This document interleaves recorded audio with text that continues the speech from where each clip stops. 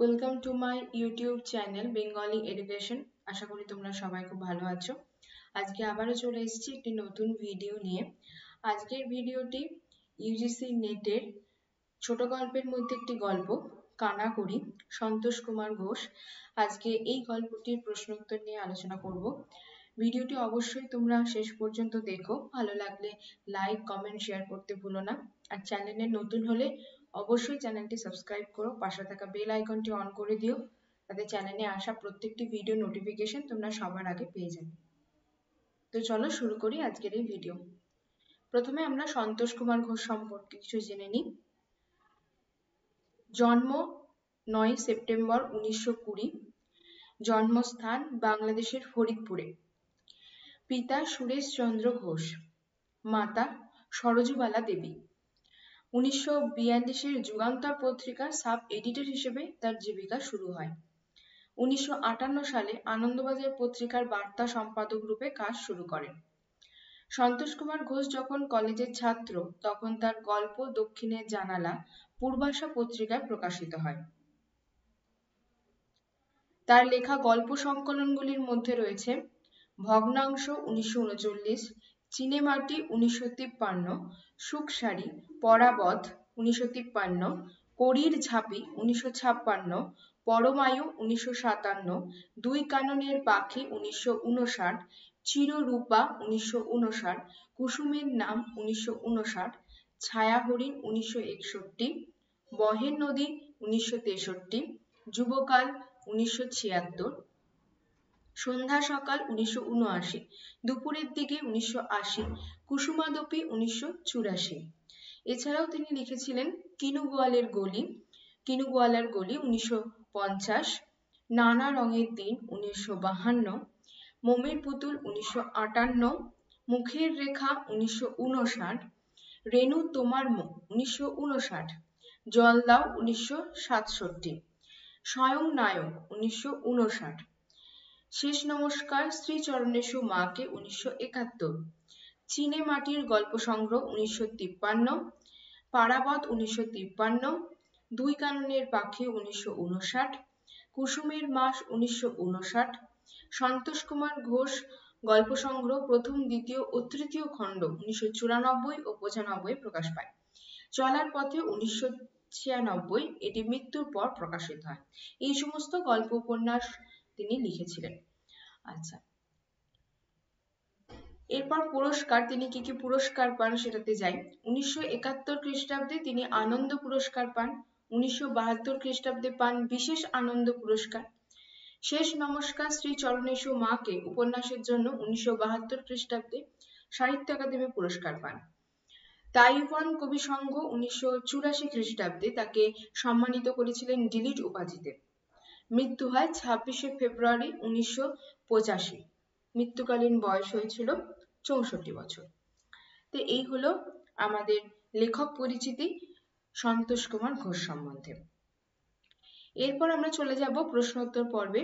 আজকের গল্প যে কানাকড়ি, সেই গল্পের রচয়িতা আমরা জানি সন্তোষ কুমার ঘোষ। আজকে এই গল্পের কিছু প্রশ্নোত্তর পর্ব দেখে নেব। চলো। মন্মথ স্ত্রীর নাম কি? সাবিত্রী। মন্মথ আর সাবিত্রীর কন্যার নাম কি? মিনু। সাবিত্রীর বাপের বাড়ি কোথায়? বেহালা। মন্মথর বাড়ি ফিরতে দেরি হয় কেন? মন্মথ দুটো টিউশন থাকায় ফিরতে দেরি হয়। মন্মথ আর সাবিত্রী কোথায় বাড়ি ভাড়া নিয়েছিল? আহেরিটোলা। সাবিত্রীর বাপের বাড়িতে কি গাছ ছিল? নারকেল গাছ। সাবিত্রীর সাথে মল্লিকার আলাপ হতে কতদিন লেগেছিল? 6 দিন। সেখানে তবু মাটির ছোঁয়া ছিল, সেখানে বলতে কোন জায়গার কথা বোঝানো হয়েছে? সাবিত্রীর বাপের বাড়ির কথা বলা হয়েছে। বাবুরা কটায় বাজারে যান? সকাল 7:30। বাবুরা বাজার থেকে থলে ভর্তি করে কি নিয়ে কটায় ফেরেন? কুচো চিংড়ি আর পুঁই শাকে থলি ভর্তি করে সকাল 8টায় ফেরেন। কলকাতায় মগ হাতে ঠেলাঠেলি না ছুঁই পানি স্নান, এই কোন সময়কালের কথা এখানে বলা হয়েছে, মানে কোন সময়টা ঘটে বলে আমাদের গল্পে লেখা আছে, যেটা হচ্ছে সকাল 8:30। নমো নমো খাওয়ার সময় কখন? সকাল 9টা। আর বাবুদের অফিস যাওয়ার সময় কটায়? সকাল 9:30। এই টাইমগুলো একটু মনে রাখতে হবে, কারণ নেট সেটে যেটা আসে কোনটা ভুল উত্তর কোনটা ঠিক উত্তর মানে শুদ্ধ অশুদ্ধ করে দিয়ে দেয়, এই পরপর টাইমগুলো ওলটপালট করে, তখন করতে সুবিধা হবে টাইমগুলো মাথায় রাখলে। মন্মথ ও সাবিত্রীর কজনের সংসার? 3 জনের সংসার। সাবিত্রী কবার ট্যাক্সি চড়েছে? 2বার। কখন কখন চড়েছে ট্যাক্সিতে? একবার বিয়ের সময়, আর একবার মিনু হতে হাসপাতালে যেতে। এই মিনুকে, তাহলে মিনু হলো সাবিত্রীর মেয়ে। আমরা আগে পড়ে এলাম। সাবিত্রীর সঙ্গে তার বাড়িতে প্রথম দেখা করতে আসে কে? মল্লিকা। কানাকুড়ি গল্পে কার হার্টের ব্যামোর কথা বলা হয়েছে? মল্লিকার। শ্যামের বাঁশি বাজলো বলে, বক্তা কে? মল্লিকা।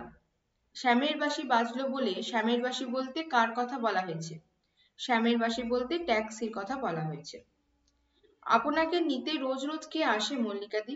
বক্তা কে? সাবিত্রী। আপনাকে নিতে রোজ রোজ কে আসে মল্লিকাদি? উত্তরে মল্লিকাদি কি বলেছিল?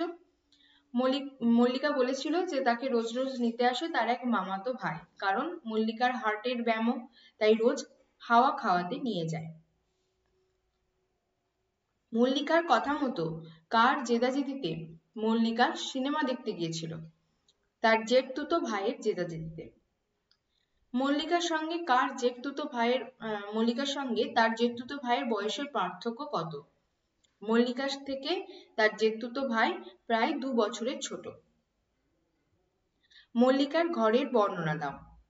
মল্লিকার ঘরখানা ছোট কিন্তু সুন্দর সাজানো গোছানো, ঝকঝকে পালিশ, খাটের উপর ধবধবে বিছানা, ফুল তোলা বালিশের ওয়ার, ড্রেসিং আয়না, ট্রিপয়, গ্রামোফোন একটা, আলমারিতে কাঁচের চীনেমাটির খেলনা অনেক রকম। মল্লিকাদির জেঠতুতো ভাই কি কাজ করে? মল্লিকাদির জেঠতুতো ভাই সিনেমায় কাজ করে, ডিরেক্টর। মল্লিকার ভাইয়ের নাম কি? শশাঙ্ক। এই শশাঙ্কই হচ্ছে সিনেমায় কাজ করে, যে ডিরেক্টর। তোমাকে চিনি তো, খারাপ কিছু তোমার কাছে ঘেঁষতে পারে না। তোমার কাছে বলতে কাকে বোঝানো হয়েছে? তোমার কাছে বলতে এখানে সাবিত্রী কথা বলা হয়েছে। মনমতো কোন দিন তার শ্বশুর বাড়ি যেত? শনিবার। মনমতো প্রথমে কোন অফিসে কাজ করত? আমদানি রপ্তানির অফিস। আমরা গরিব হতে পারি কিন্তু ভিতরটা খাঁটি, নিজেদের নিজেরা সন্দেহ করে যেন ছোট না করি। আমাকে তুমি চেনো, আমিও জানি তুমি কি।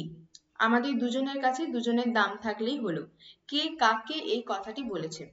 মনমতো বলেছে সাবিত্রীকে। মল্লিকা সাবিত্রীকে কিসের মাংস রান্না করে এনে দিয়েছিল? বুনো পাখি। মল্লিকা সাবিত্রীকে যে মাংস রান্না করে এনে দিয়েছিল, সেই মাংস এনে দিয়েছিল কে? শশাঙ্ক। আমার মান বাঁচাতে পারো একমাত্র তুমি, কে কাকে কথাটা বলেছে? সাবিত্রী বলেছে মনমথোকে। মনমথো বাঁধাকপির ঘন্ট কোথা থেকে এনে দিয়েছিল?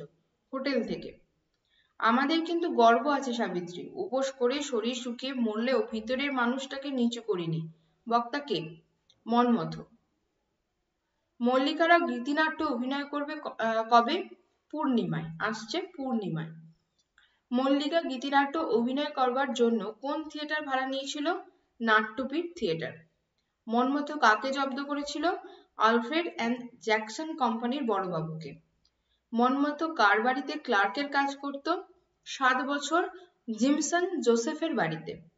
এখানে এরমও আসতে পারে সিমসন জোসেফের বাড়িতে। সিমসন জোসেফের বাড়িতে কত বছর মনমথো ক্লার্কের কাজ করত? 7 বছর।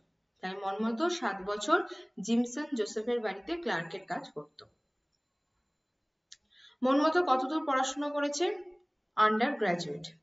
মনমথোকে জুতো কেনবার জন্য সাবিত্রী কি দিয়েছিল? বিয়ের আংটি। মনমতো চাকরি হলে কালীঘাটে পুজো দেবে বলে চালের হাঁড়িতে কৌটোর মধ্যে কত টাকা তুলে রেখেছিল সাবিত্রী? 5.25 আনা। এখানে এরমও আসতে পারে কোথায় পুজো দেওয়ার কথা বলা হয়েছে? কালীঘাটে পুজো দেওয়ার কথা বলা হয়েছে। সাবিত্রী রেস খেলে 5 আনায় কত পেয়েছিল? 8 আনা। তাহলে সাবিত্রী কত টাকা রেস খেলেছিল? 5 আনার রেস খেলেছিল আর পেয়েছিল 8 আনা। কখন সাবিত্রী বাপের বাড়ি গিয়েছিল? কার্তিক মাসের গোড়াতে। সাবিত্রী কতদিন পর বাপের বাড়ি থেকে ফিরে এসেছিল? 25 দিন পর। আগাম 500 টাকা জমা দিতে না পারার জন্য কোন কাজটা হয়নি মন্মথর? ফার্মের ট্রেড রিপ্রেজেন্টেটিভের কাজটা হয়নি। ফার্মের ট্রেড রিপ্রেজেন্টেটিভ কাজের মাইনে কেমন ছিল? 100 টাকা মাইনে, বিক্রির ওপর 2% কমিশন। ফার্মের ট্রেড রিপ্রেজেন্টেটিভের কাজটা কে পেয়েছিল? প্রভাস গাঙ্গুলি। প্রভাস গাঙ্গুলি বিয়েতে কত টাকা পেয়েছিল? নগদ 6000। নিজের কাজ নিজেকেই গুছিয়ে নিতে হয় ভাই, কে কাকে কথাটা বলেছে? মল্লিকা বলেছে সাবিত্রীকে। সাবিত্রী শশাঙ্কর সঙ্গে কোন বায়োস্কোপে গিয়েছিল? ছায়ালোক বায়োস্কোপ। সাবিত্রী শশাঙ্কর সঙ্গে দেখা করতে গিয়েছিল কেন? সাবিত্রী দেখা করতে গিয়েছিল কারণ কাজের জন্য, তার নতুন সিনেমার কোনো চরিত্রে যদি কাজ পায় সেই জন্য। মল্লিকা সাবিত্রীর মেয়েকে কি করে শান্ত করেছিল? লেমন জুস বিস্কুট দিয়ে তাকে শান্ত করছিল। এ গরম তোমার বয়সে, বক্তা কে? মল্লিকা। কাকে বলেছে? সাবিত্রীকে বলেছে। কত বড় দুটো ভুল আজ একদিনে ভেঙে গেছে, কোন দুটো ভুলের কথা বলা হয়েছে? সাবিত্রীর বিশ্বাস ছিল শশাঙ্কের কাছে অত্যন্ত ও শরীরটার মূল্য আছে, আর মনমতোর কাছে ভিতরের মানুষটার। সাবিত্রীর এই দুটি ভুলের কথা এখানে বলা হয়েছে, যেটা একই দিনে ভেঙে গেছে। তাহলে আজকে পর্যন্তই। মোট 57টা কোশ্চেন। আশা করি গল্পটা মোটামুটি সব কোশ্চেনই কভার আপ করতে পেরেছি। যদি এরপরও কোনো বুঝতে অসুবিধা হয় অবশ্যই কমেন্ট সেকশন আছে, তোমরা সেখানে জানিও। আর ভিডিওটা ভালো লাগলে লাইক কমেন্ট শেয়ার করতে ভুলো না। নতুন হলে অবশ্যই চ্যানেলটি সাবস্ক্রাইব করো, পাশে থাকা বেল আইকনটি অন করে দিও, তাতে চ্যানেলে আসা প্রত্যেকটি ভিডিও নোটিফিকেশন তোমরা সবার আগে পেয়ে যাবে। আজকে এ পর্যন্তই, আবার দেখা হবে পরবর্তীকালে অন্য কোনো ভিডিওয়। ভালো থেকো, সুস্থ থেকো, থ্যাংক ইউ।